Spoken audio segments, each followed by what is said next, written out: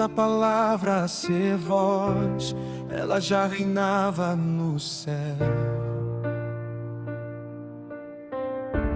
Antes do tempo existir, o trono já estava de pé. Não foi criado por mãos, nem sustentado por chão. O reino que não tem começo governa toda geração. O que é passageiro se cala quando o eterno vai falar. É o som do trono ecoando sobre a criação. Não é apenas um canto, é decreto, é governo, é unção. É o som do trono, autoridade e poder.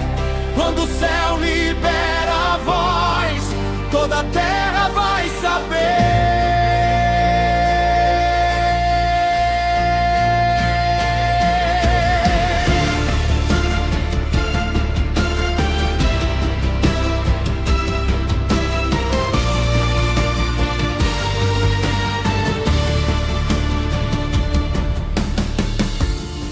Quando esse som é ouvido, o medo perde a razão.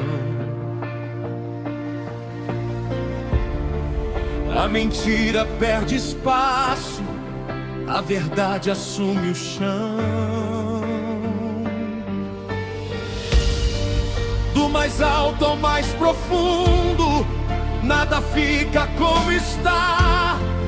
Quando o trono se manifesta, toda a criação vai se alinhar.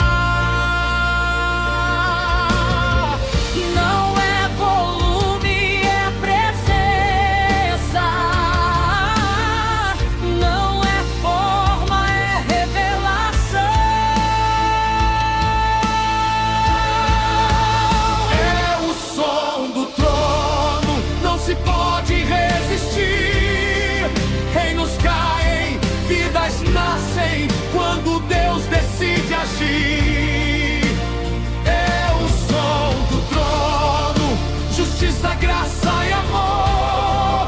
O Cordeiro governa com autoridade e favor.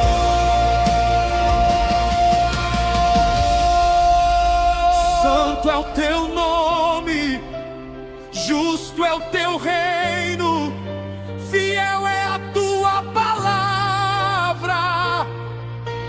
Reina, reina, reina sobre nós.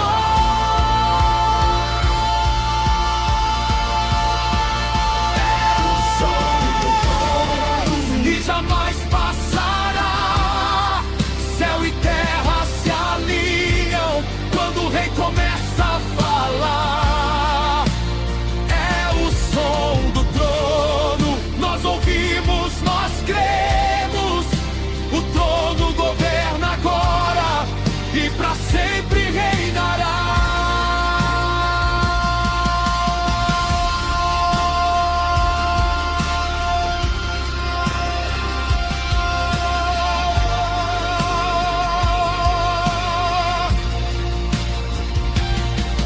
Jesus, centro do trono.